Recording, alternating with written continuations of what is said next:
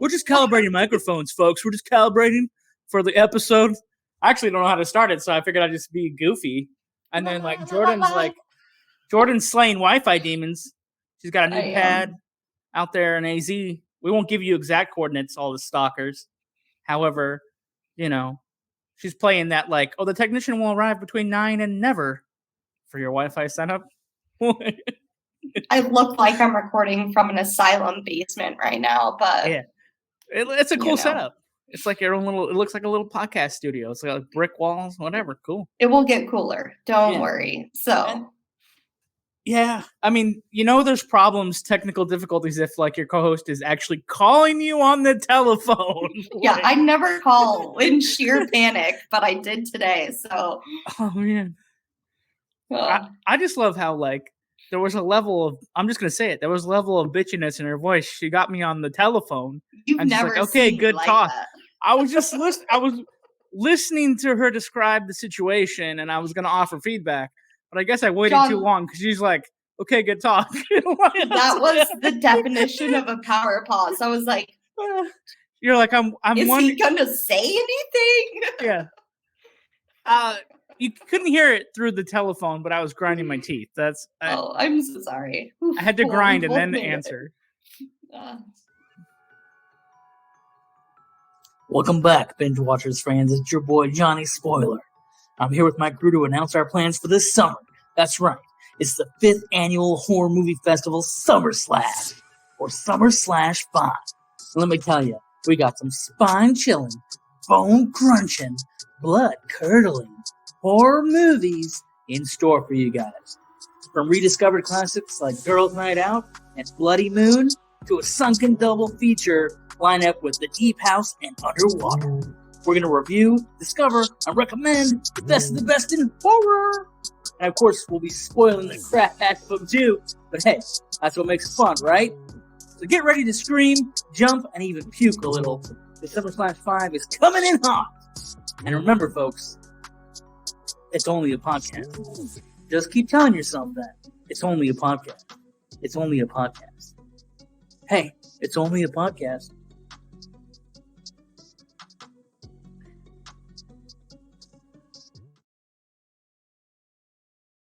Oh man, I should tell myself that. It's only a podcast. I wanted to shut it off before it got to the beat, but once the beat drops, you're like, oh, I find myself listening to this intro for Summer Slash. By the way, folks, snooze you lose. This is the last one. We're on the finale of Summer Slash 2023. Summer Slash 5 is coming to a close tonight. You've stumbled into a podcast. You might have already guessed. It's Binge-Watchers Podcast with Johnny Spoiler. I only spoil the movies that I love. Otherwise, there's no reason to talk about them. And I'm joined, as always, by the most savage scream queen you're ever going to find, a final girl in the flesh. I don't know. If you're watching, you can see her in the flesh. If you're just listening, her name is Jordan Savage, and she's very savage. And she's here. Yeah. She made it. And we're here. I made it. We're going to make a podcast. And if it's your first time listening, good. It'll be the best thing you ever heard that you hadn't already stumbled into. And if you were looking for Malcolm Gladwell to teach you about life, you're on the wrong show, dude. Like, we're not that show. We might teach you about life. We might accidentally drop some pearls of wisdom. You never know. It's a long show. Who knows? Maybe there will be some wisdom drops later. What's new in the world of movies? Home video headlines or horror movie headlines? What do we got going on? Let's find out. There's a movie called Beanie Bubble coming out. I'm like, this is a great title. Excited. It's probably about Beanie Babies. It actually is. It's based on a 2015 book called The Great Beanie Baby Bubble, Mass Delusion and the Dark Side of Cute. And yeah, it's got Zach Galifianakis and Elizabeth Banks. So I guess like he's a billionaire he became a billionaire because of the Beanie Babies, and he didn't have like a distribution deal. He didn't have like big box stores to back him up, but I don't exactly know. I don't know anything about the people that made Beanie Babies, but it was a 1990s like phenomenon. And I guess it's like a roller coaster. So I guess we'll find out. Listen, maybe I'm a nerd, but I'm super excited for a Beanie Baby drama. Like, I don't know. I want to see this movie. Yeah.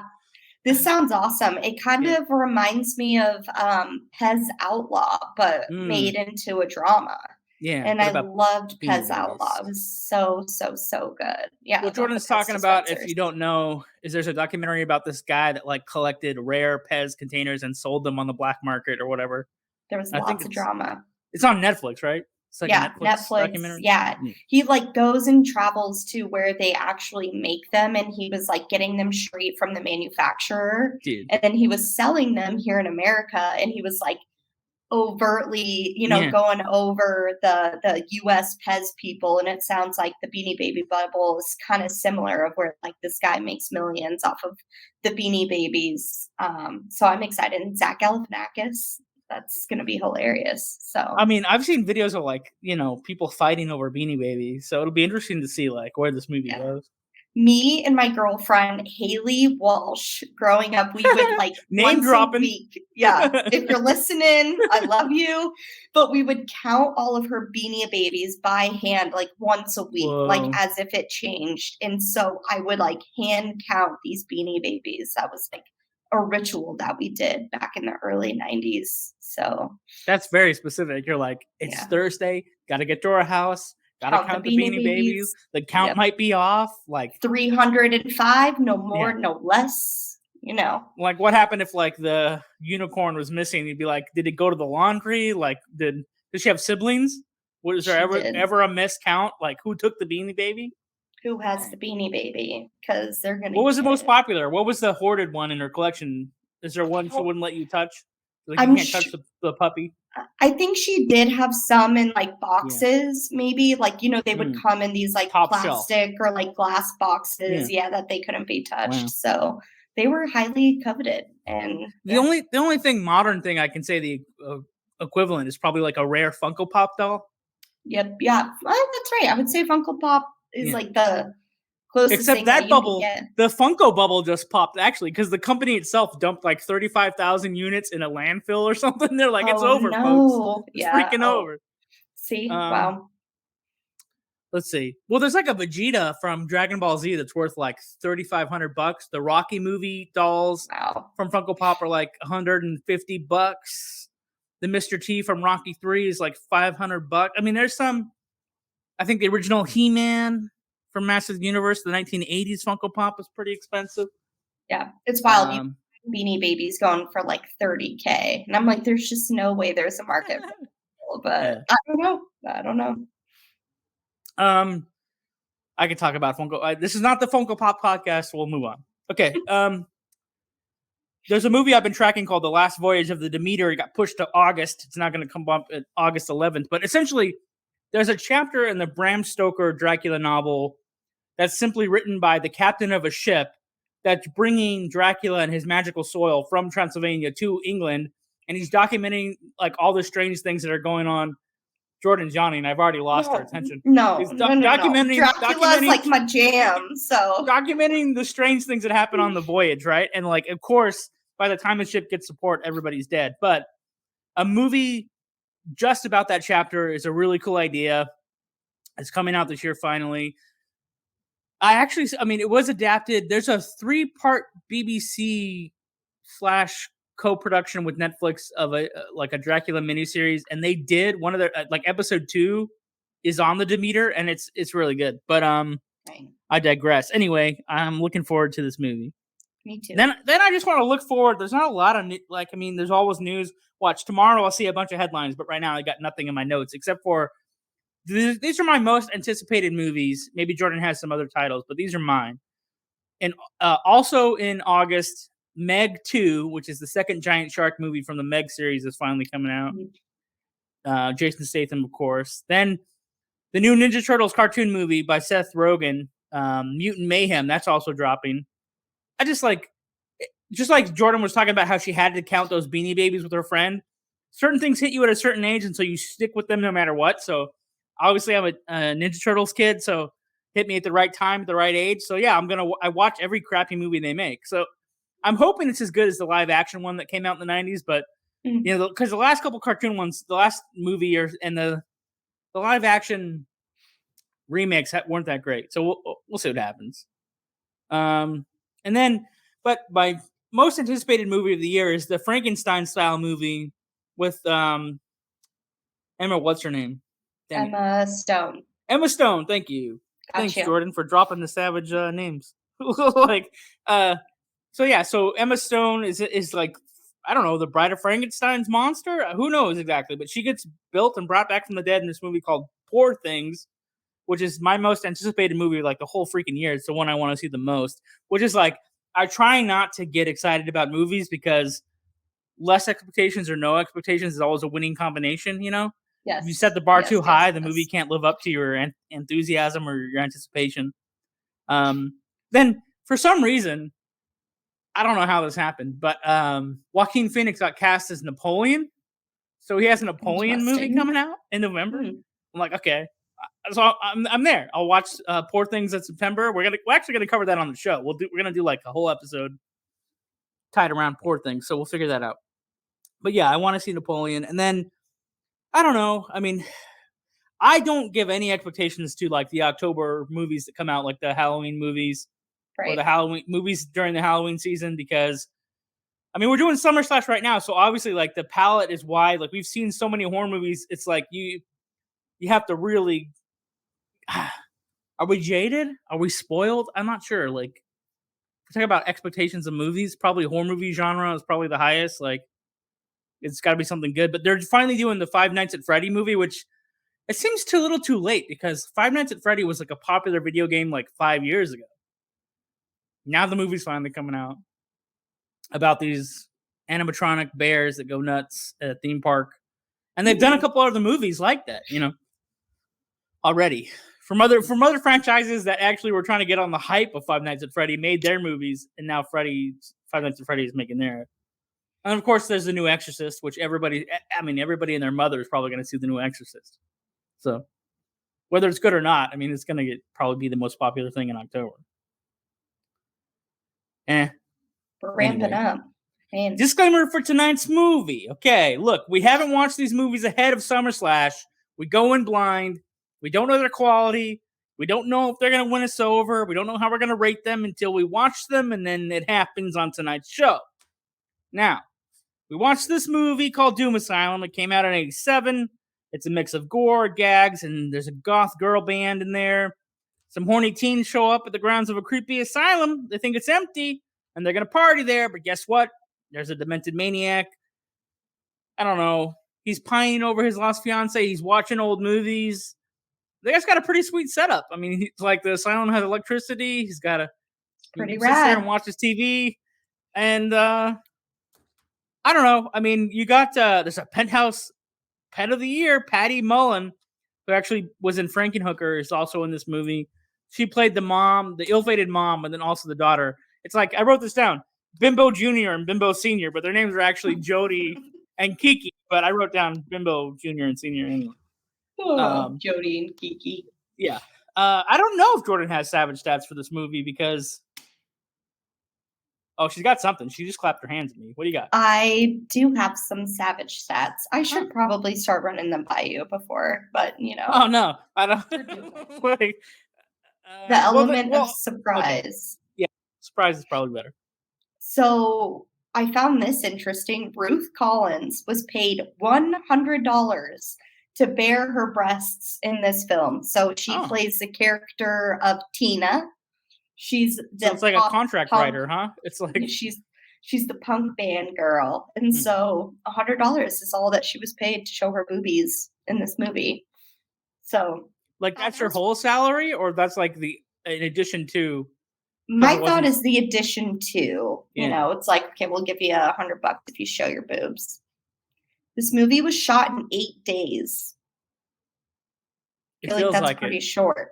Does it feel like it? I also felt I it feels like it only took 8 days. Like, cool. There's only about 8 days worth of movie here. We'll get into why, but yeah. Yeah. So thought that was interesting. They did tons of references to. You think that's a lowball offer?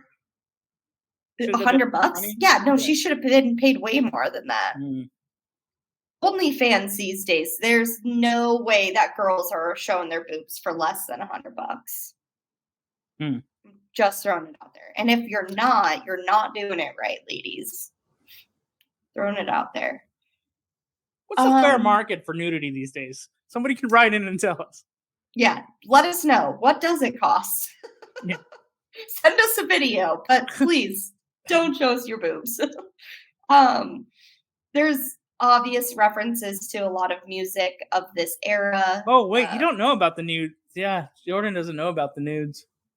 Oh, I haven't. We've gotten well, you okay. You haven't gotten any yet. Okay, well the show gets some sometimes. I just haven't fairly shared them. I guess I can share them equally. It's about equal pay, equal representation, and equal sharing. But I don't want to like flood Jordan's inbox with like, why is John forwarding a bunch of nudes? Like, why are there? Yeah. You know what? You're right. How come you're saving them only for you, John? So, equal pay, equal nudies on the pod. Lots of references, obviously, to music of this era. Sorry, I want to put out there, guys get naked for free. Not that we have. They don't need $100. not that like guys need money or like that like we have enough to show. We're not as cool as this rocker chick on the top of the building, but you know, like is it? It does tie into one of my favorite bits, though. I thought that was so hilarious because she's like shows her boobies, and then Darnell is like, well, it was like the Freddie Prinze Jr. looking kind of guy was like, I'm gonna go up there and I'm gonna show her, and I'm gonna teach her a lesson. And Darnell is like, I got it. Made me laugh. Lots of musical references from this era. There's like band names spray painted all over the walls. Led Zeppelin, but it's, written out Dead Zeppelin, Exodus, Ozzy Osbourne, Suicidal Tendencies, Black Sabbath, Pink Floyd, and Wasp. Lots and lots. There's Metallica references everywhere. Metallica's Kill 'Em All can be seen during the opening credits of thrash metal and heavy band. Their debut studio album, the Kill 'Em All was recorded between this period of May 10th and 27th of 1983. So they just reference a lot of that. They reference actually a lot of like political things too, which kind of ties into some of my favorite bits, just in terms of like the phrases that they say. But in terms of really stats. Yeah, one of the punk girls doesn't want to get killed and she's screaming, I voted for Reagan, I voted for Reagan. Yeah. Assuming the maniac was a Republican and so she shouldn't deserve to get killed. And then he says, I believe in equal voting rights, equal voting rights. I still disagree or something. Well, and the funny thing is that she was like trying out different phases on him. She was like, I'm a woman, I'm like your sister. And then so she like tries to flip the script and be on the other side of the political stance. And she's like, I voted for Reagan. And I will say there is a lot of music. There's this one song that plays called House of the Rising Sun. And this might be the Animals version. The Animals recorded probably the most popular version. But I was like, who made this song? Where did it come from? There's like 25 movies. This song is in all kinds of movies. And I guess it's because nobody knows who, like, it's kind of sketchy, the copyright information of the song. So I'm like, oh, they don't know the author of the song. So everybody can just like cover it whenever they want or whatever. But yeah, so it's in like a bunch of movies. That's kind of cool. It's like urban myth of where'd this song come from? That's played in a bunch of movies. So, but yeah, that's what I have for some savage stats. Okay, but we're gonna go to messages before we go to the favorite bits, and then we'll be back with the favorite bits after that. Look, we've all heard of Netflix and chill, but sometimes it's not that easy to chill when you're dealing with ED. That's why there's Eddie, a revolutionary device designed to help with symptoms of erectile dysfunction. Designed by urologists, Eddie is an FDA Class 2 medical device that has been shown to help men increase intimacy levels with their partners. If you're looking for an easy way to boost your confidence in the sheets, give Eddie a try and put your performance anxiety to bed. Right now, you can save 20% on Eddie. Go to buyeddie.com/binge-watchers and use that code BINGE20 for 20% off. Fast forward your way past performance issues and try Eddie today. Again, that's buyeddie.com/binge-watchers and use the code BINGE20 for 20% off. Try Eddie today.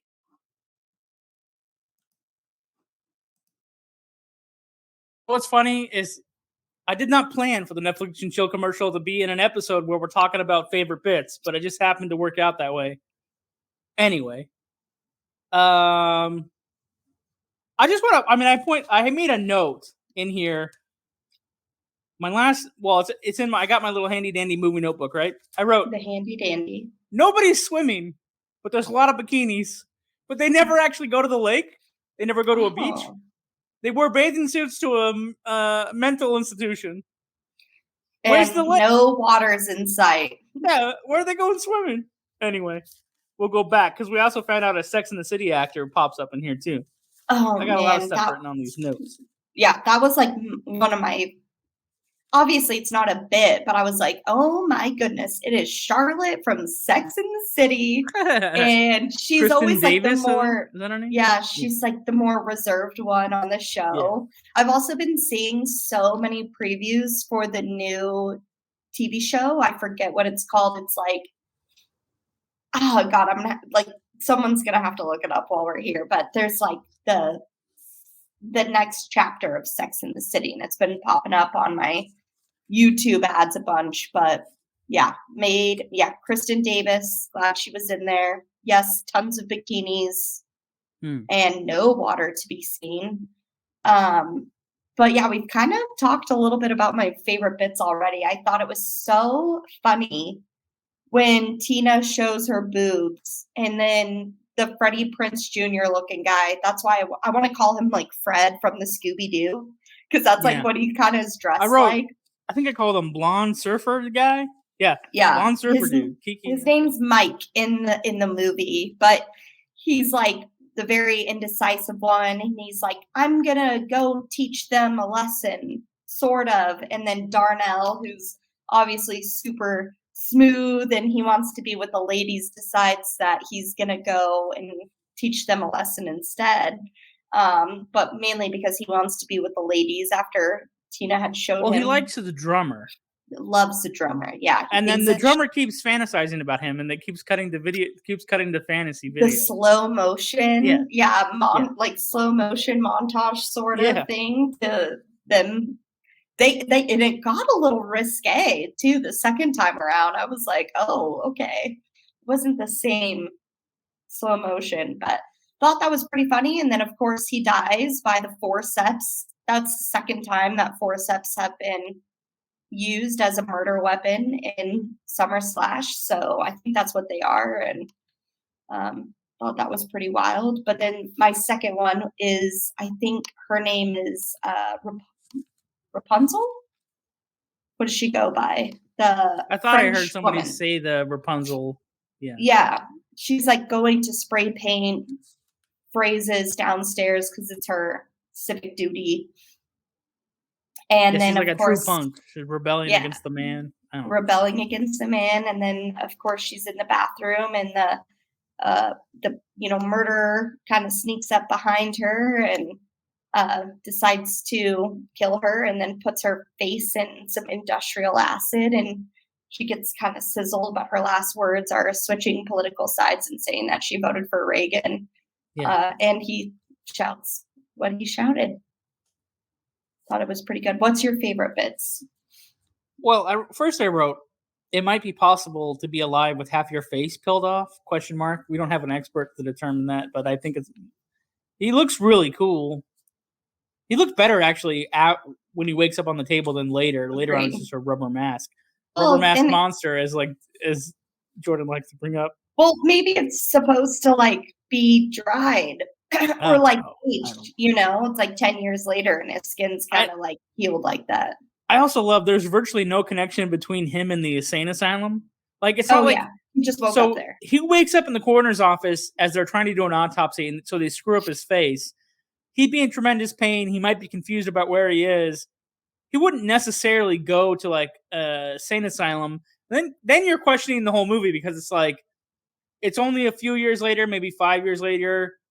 Like if Kiki was 12 when the lawyer had the car accident with the mom, and then he became a maniac and the mom died, then now she's like a 17, 18. So we're talking about like maybe 5 years or something, right? Maybe 10 if we're lucky.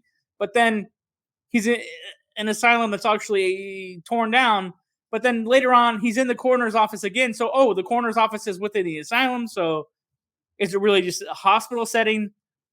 Anyway, so my suspended disbelief is kind of broken because I want to know, like, there's no tangible connection between the maniac and the asylum. Anyway, I do like when Kiki asked the blonde surfer dude who Jordan identified as Mike. For some reason, she goes, "Can I call you Mom?" And he's like, "Yeah, I'm fine with that." So weird. And for the rest of the movie, everybody acknowledges that his name is Mother or Mom. Yeah, and even Mom. At one point, the other characters are going along with it too. The movie also has a baseball nerd. I don't think I've seen an 80s movie with a baseball nerd. There's been movie nerds, comic book nerds, superhero nerds, horny nerds that get killed in Friday the 13th because then they get some action and they die. And that's one of the rules. This movie doesn't really follow the rules. Nobody's really actually doing anything to deserve to get killed. They're just all getting killed. No one's having sex. Yeah. Like, there's nothing. I mean, Darnell is a minority, so he gets killed first, which is like an 80s trope. There's actually a new movie called The Blackening, I think, which is like a horror movie that's like about like how could everybody be the first to die because we're all the same, and it makes fun of the trope because in the 80s it was like usually the not popular person dies first or whatever, but I'm not saying one way or the other, man. I didn't make up these rules. I'm just saying, like, if you watch these older movies, usually the outsider dies first or whatever, or a minority player dies first, which is kind of unfortunate. But it's just a thing that happened, and this movie unfortunately follows the same pattern. But then he kills the baseball nerd, and the baseball nerd is. I didn't think I was going to bring up the trope about the minorities, but I guess I did. Because it's definitely a thing in horror movies.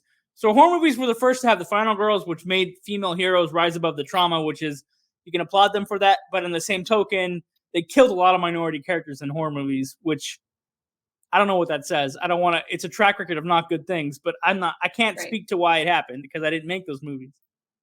It just was a thing. Probably because they weren't allowed to play hero characters for so long. And then, I mean, help me out here. I don't know. I don't know what to say. It's just like a thing that happened. The baseball the baseball guy has time to get away, but he just lets the guy drill him in the head. He has time to get away. My favorite part about that was the baseball sound. It was like da da, and then it like drilled right into his dome. I actually replayed it like more than once. Man. It like kind of makes sense. I mean, it's kind of unfortunate. So, like, if you're an outsider, you're a little bit different, or you're a nerd, you're dead. You're just you're dead. Lots of blood though. Lots of blood from that murder. Dead. Yeah. Anyway, I thought it was unique that the kid was all about baseball cards because usually that's not what it is. You know who I thought was going to be the final girl though? I thought it was going to be Kristen Davis's character, right? Because she was like over logical, and she was pointing out the foibles of the other characters. And then she kind of like, just like the baseball guy, where he's like, you got 10 feet. You got 10 feet before he gets there with the drill. Same thing. He has like a body saw or a bone saw. Yeah. And she's like, I need to go to therapy, or you can go to therapy because you're a delusion and blah, blah, blah, blah. I'm like, you got 25. He's 25 feet away. He's at the other end of this corridor. Yeah. You can exit the asylum and be alive. That was such a great bit because her parents were psychiatrists, so she was offering him free services. What seemed painful? I'll tell you though, what seemed painful was when you said his name is Mike. When Mike gets his toes chopped off one by one, that actually is the only like damage in the movie that seemed really painful. Everything's kind of cartoonish, but when that happened, you're like, oh yeah, that would be super painful to lose all your toes. Yeah. Do I wish Darnell was alive? Yeah. It's kind of like there's a character like him in this other movie called is his name Reggie? There's a movie called Night of the Demons. There's a remake. It sucks. The original's good. And he's like alive. He's like alive with the main girl through most of the movie. I think can't remember if he survives or not. But they go against typecasting. You know what I mean? Where like Reggie's a cool character. Kind of like in this movie, Darnell has a lot of personality. And like his only quest is to get to the top of you actually want to get him to the top of the roof. And unfortunately he doesn't. And then like Jordan said, he gets like taken out by like biceps or something. Whatever they're called. Forceps. Sorry. I think that's what they do. Medical thing. Like Like tongs. They just clip things. They're like giant. They look like giant. Pinchers. I don't know, tweezers or something. But they hold things. I don't know. Apparently, they can hurt you. I don't know. Yeah. What else is going on? That's like it. I think we can rate the movie. Yeah. Okay. Can I just say, like, the tone is fun? I mean, it's all video effects. Like, the thing looks like it's shot on video. It has video graphics. It's definitely a summer/entry. I can just say that. Like, it's definitely something that, like, fits well with the theme. Yeah. But okay, yeah. Now we can go Scream now, Scream later, Scream never. Usually we say binge now, binge later, binge never. However, for tonight and for Summer Slash, yeah, does it scare you now, later, or never? It was a Scream later for me. Wasn't a Scream now. I did like its like cheekiness. It definitely had some, I don't know if you'd call it like humor, but you know, the murder guy, the Salem tacker, he's always kind of talking about a little slogan after he does a kill. It's kind of funny. Wasn't a binge never. It was definitely worth the time, and I enjoyed watching it. But I wouldn't put it at the top of the list. What about you?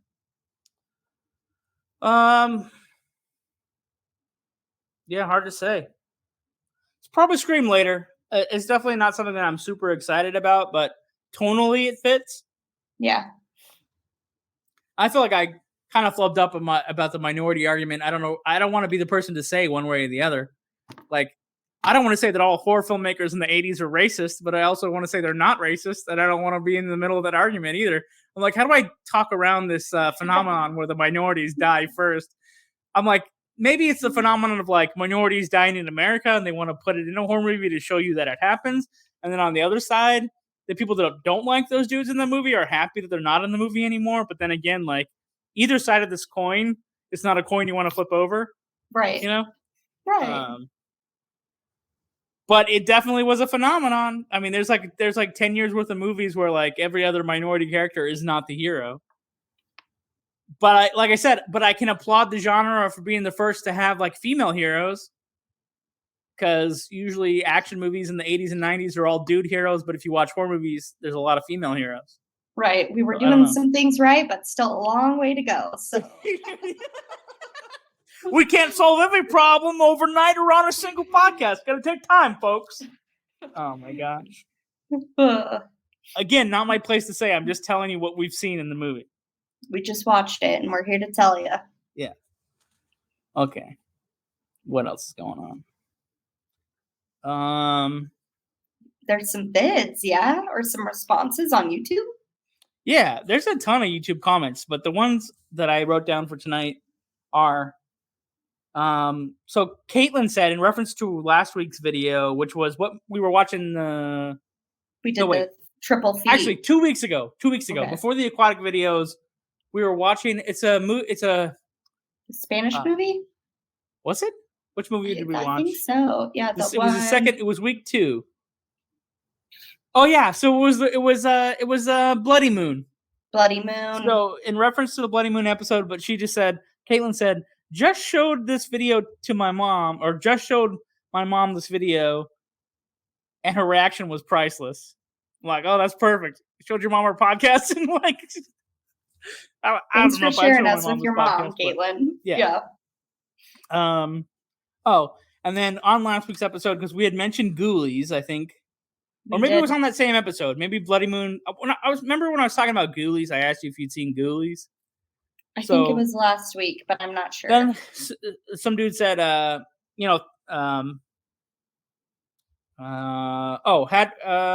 see. Oh, the Ghoulies is what gave them got them interested in loving monster movies. So they appreciated the mention. And then I had just written down, I'm like, my notes are scribbles right now, folks. I'm trying to read what I wrote. I was trying to quickly write down what they said. Yeah, we just thought it was amazing that we dropped some Ghoulies information. So yeah, they like Ghoulies. Yeah. Is it a rubber mask movie? Not as rubbery as the mask in this movie that we watched tonight. Most of the creature effects in Ghoulies are pretty good, at least the first one. So, anyway, it's on Jordan's list. She'll get around to it. And then we found out I might be sexist if I don't send Jordan all the nude photos that we've received from the show. Like, might be reverse sexist. It might be like, actually make me a sexist is like withholding information. What do we like to do? Review the boob. Okay. Send us the reviews. Yeah. $100. Man. Please. Charge more. I remember being in film school and my friend had me in his movie in my underwear and I got killed. I don't know why I had a pig nose. I was like a pig man that got torn apart by music fans because they wanted tickets to a concert, and so they ripped me apart to get the tickets. And did he pay you more than $100? No. Man. I think the incentive was I was in my 20s, and they're like, he's like, there's going to be 6 girls that rip you to pieces. Okay. All right. I see the sounds like a good afternoon. Maybe send him a Venmo request. I don't know. He's incentivized. See, guys don't need much, Jordan. You see what I'm saying? Okay. Like, okay, you're right.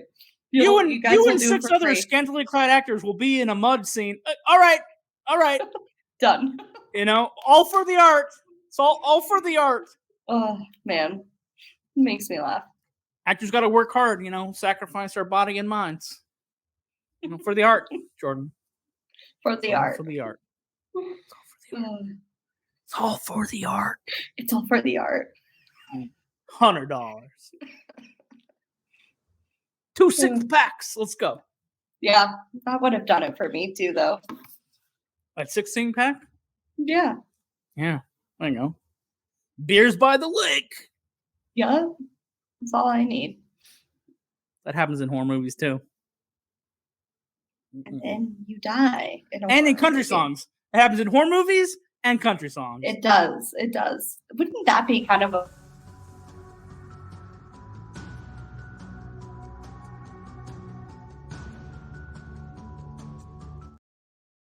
Cut off joke. I don't know. I kind of see like a little bit of like a Coconut Pete, but country version, like scary movie where there's just like country songs and drinking, beers by the lake, and then everybody dies. So everybody dies. So it's all body parts flying, flopping out, boozing, breaking all the rules. Breaking all the rules. What an interesting episode it's been, Jordan. I've done this like 5 times. Clapped your hands during the episode? Over my head like this. Yeah. What does that mean? I don't know. Country Carl singing his country jams, drinking Coors down by the lake.